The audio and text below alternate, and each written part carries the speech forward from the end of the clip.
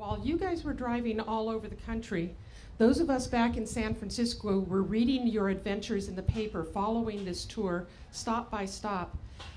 1988 was one of the worst years of my life. I not only lost my mother and my aunts, my uncles. It was a year of tremendous loss for me, as well as several close friends from AIDS. And I desperately wanted to be part of the quilt, but I couldn't at that moment. I couldn't be out on that tour. So I was following you. It was like following the daily box scores in the baseball games. You know, where are they now? What's going on? And so when it came time for the 1988 display in Washington, I had to be there. I absolutely had to be there. And I didn't even own a credit card at the time, and you need a credit card to buy a plane ticket. So a friend of mine, whose husband had just died of AIDS, loaned me his credit card so I could buy a plane ticket. My friend Warren Caton, who made the panels for Liberace and Rock Hudson, let me stay in his hotel room. The universe took care of me so that I could be here and become part of the quilt family. And that first year, I was, quote unquote, just a volunteer. We all know there's no such thing as just a volunteer, because none of any of this could happen without them. But my first job was an unfolder. Here's my unfolding pin that were made by the Boston people. It's in the design of a lotus fold.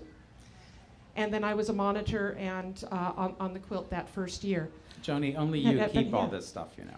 I've got my whole box of quilt pins here. But there, being on the quilt as a monitor, I heard this throughout the day, all day, this wave of names just came floating over us, just this constant mantra of the names from the quilt. Every few feet, there was not only grommet, there were boxes of Kleenex, and we used them constantly. As monitors, part of my job was to make sure that there was a Kleenex box near somebody who looked like they needed it, and almost everybody needed it. Mm-hmm.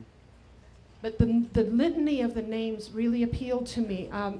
I did sew in the workshop. I did make panels, but I'm not really a seamstress. I'm not really a designer. That's not my strength. But reading names is something that anybody can do. So the next year, I was when they were preparing for the 1989 display, I was invited to be part of the Readers Committee, largely because I didn't faint at the sight of celebrities. I worked at San Francisco Opera, so I was used to seeing famous people.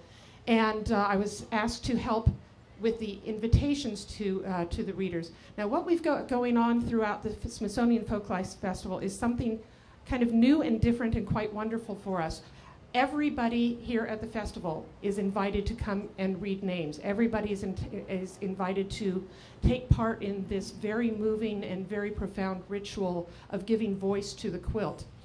But at the major displays in DC up until now, the readers have been invited. It's a very specific group of people that are invited and scheduled at very particular times. And we have worked hard to have a really good mix of these people. And speaking of things that I found in my storage space, I have every list of readers from 1987 on up. Everybody who has ever read names at the quilt is on a piece of paper. And today we are taking the names of those who are stepping up to read names. You are all part of history. If you are reading names, that list will eventually end up in one of the Smithsonian buildings.